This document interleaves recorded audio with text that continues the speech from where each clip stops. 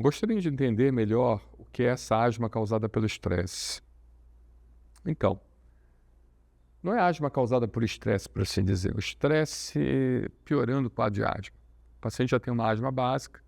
A asma, bem na verdade, ela pode ser alérgica e não alérgica. E das alérgicas, ela pode ser não eosinofílica e eosinofílica. O que significa isso? Eosinofílica, com a presença de eosinófilos. Eosinófilos são células inflamatórias. Então, se o paciente tem um aumento de eosinófilos, ele acaba piorando mais essa asma, essa falta de ar, essa inflamação dos brônquios. Mas o que acontece? O paciente que tem uma asma comum, né, que vive num ambiente de estresse, um ambiente tóxico, um ambiente de muito conflito, um ambiente de muita perturbação, você acaba tendo uma liberação muito grande de um hormônio chamado cortisol. A suprarrenal, ela, para aliviar aquele excesso de adrenalina, ela vai liberar cortisol no corpo. E liberando cortisol, por sua vez, faz com que seu corpo fique mais aliviado. Muito bem. Esse cortisol, ele tem vários efeitos, não só efeitos no pulmão, mas tem efeitos também no sistema nervoso central, tem efeito nos vasos sanguíneos e várias partes do corpo. Mas em específico para o pulmão, ele tem o efeito justamente da modulação dos chamados receptores beta-adrenérgicos. E a gente sabe que esses receptores beta-adrenérgicos estão intrinsecamente associados à asma.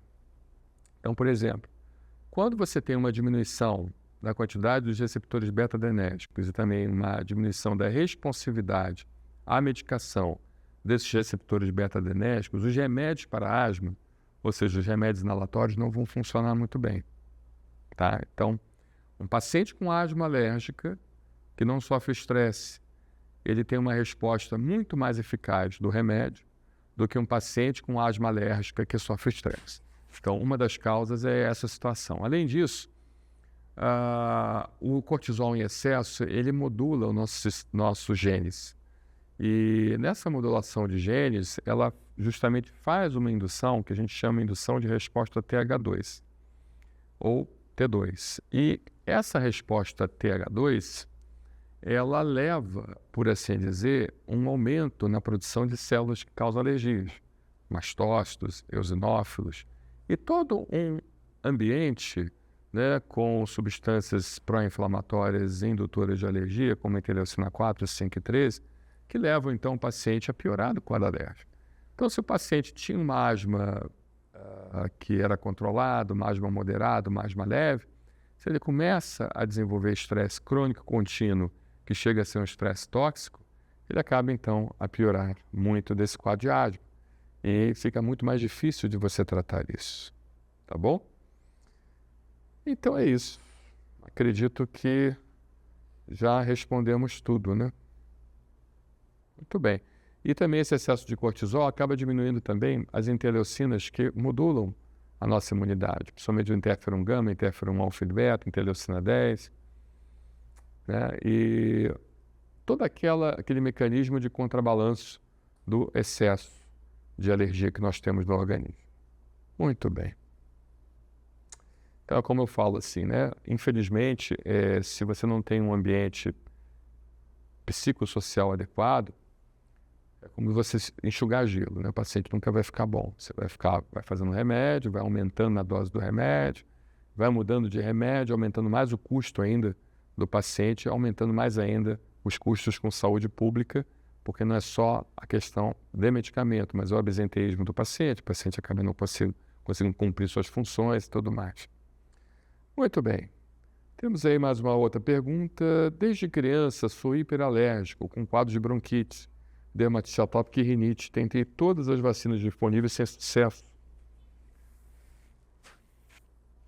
Doutor Tulsik, aí eu não entendi. É que você deve ter colocado lá e ficou uma autodigitação sem entendimento. Mas não tem problema, vou tentar interpretar o que você falou. Após tomar muito sol, foi embora dermatite atópica e bronquite. Hoje, com 69 anos, só tem rinite. Até uma informação interessante, né? Mas a gente tem que tomar cuidado com a sua indicação. Por isso que provavelmente o pessoal aqui da nossa equipe de produção colocou isso, porque a gente sempre tenta modular as informações, né? Assim, tomar muito sol é importante, é importante, mas o sol também tem dose e posologia, ok? Porque não adianta você tomar muito sol e depois desenvolver um câncer de melanoma ou qualquer outro tipo de câncer não melanômico. Então é importante nós avaliarmos essa situação. O sol, provavelmente, ele agiu na produção da vitamina D, e a gente sabe que a vitamina D, ela tem uma ação imunomoduladora, ela melhora a resposta a infecções. Por exemplo, a vitamina D ativa as células dendríticas na produção de catalicidinas e defensinas, que são substâncias que inibem a replicação viral e bacteriana. A vitamina D, ela modula o nosso genoma, ela faz com que o nosso genoma ele fique menos indutor a processos alérgicos e mais indutor à defesa da imunidade.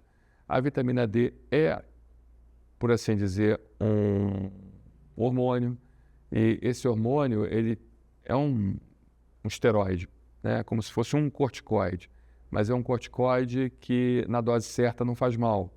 E esse corticoide tira o excesso de reação inflamatória que a gente tem no corpo. Então, assim, a gente sabe que um paciente que pega infecções virais e faz uso da suplementação com vitamina D, ele tem uma resposta de melhora do quadro clínico muito mais rápido. Então, por exemplo, se você pegar um vírus da gripe e você tiver a sua vitamina D normal, a gente vai saber que esse vírus da gripe, a evolução dessa doença do vírus da gripe vai ser muito mais rápida se você não tiver vitamina D normal, entendeu? Então, tudo isso ajuda.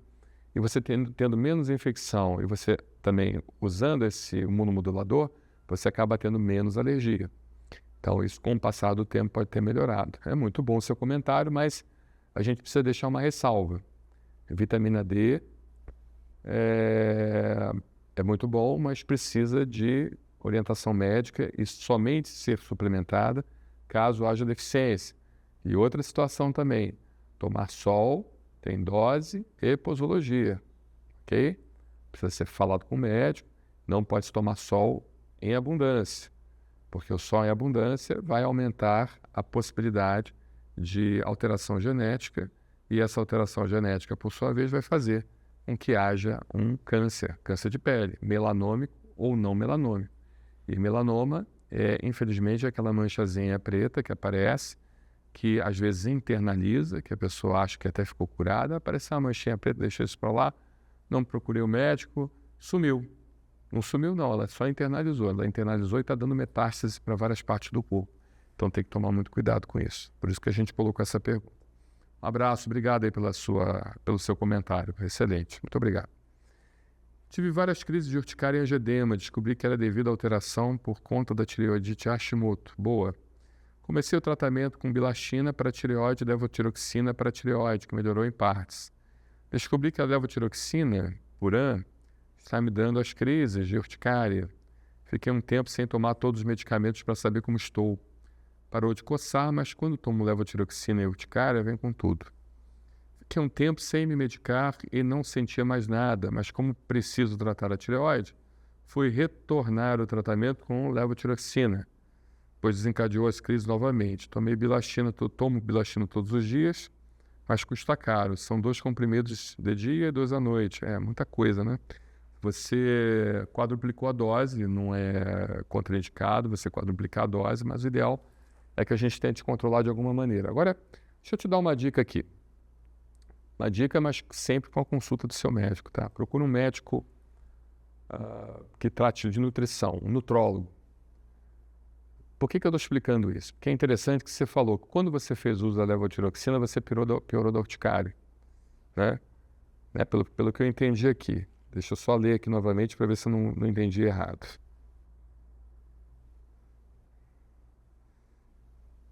Ó, descobri que a levotiroxina Puran está me dando as crises de urticária. Fiquei um tempo sem tomar todos os medicamentos para saber como estou. Olha que interessante. Então, você aumentou a dose do Puran, você piorou. O que é a levotiroxina, né? O T4. O T4 é um hormônio que ainda não foi metabolizado no seu corpo. Você, para ter a ação do hormônio da tireoide, você precisa pegar essa levotiroxina, esse Puran T4, e transformá-lo em T3. Só que a transformação de T3, ela depende de várias enzimas. E essas enzimas, elas são produzidas com a participação dos chamados micronutrientes. Então, a chave do seu problema para a estabilização do quadro clínico pode ser na necessidade da suplementação de micronutrientes. Zinco, molibdênio, zinco, se não me engano, é o micro ainda, né? Porque tem os macronutrientes e micronutrientes. Por exemplo, cálcio e magnésio são macronutrientes, mas o zinco é micro ainda. Porque eu não sou especialista em nutrição, né? Mas quem é nutricionista aí e quem for nutrólogo, por favor, coloque seus comentários. Mas eu me lembro da faculdade, né? E também do tempo que eu trabalhei com medicina ortomolecular. Então, molibdênio, vanádio, cobre, manganês, selênio, zinco, são exemplos de micronutrientes. E esses micronutrientes, eles fazem parte de enzimas que convertem o T4 em T3. Então, por exemplo, se você tomar uma dose muito alta de T4, você acaba se intoxicando. Então, às vezes, uma dose baixa de T4, com uma suplementação nutricional indicada pelo seu médico nutrólogo, vai fazer com que haja uma conversão desse T4 em T3, de uma forma mais eficaz, evitando, assim, a ação tóxica que o T4 poderia fazer em você, inclusive piorando a degranulação de mastócito. É uma possibilidade com o aparecimento da urticária. Então, vamos pensar nisso, tá?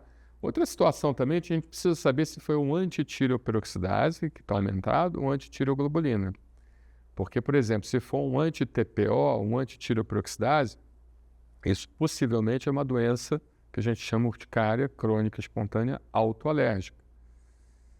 E, nesse caso em específico, há alguns estudos publicados mostrando a eficácia dos anticorpos monoclonais, como o Xolair ou Omalizumab.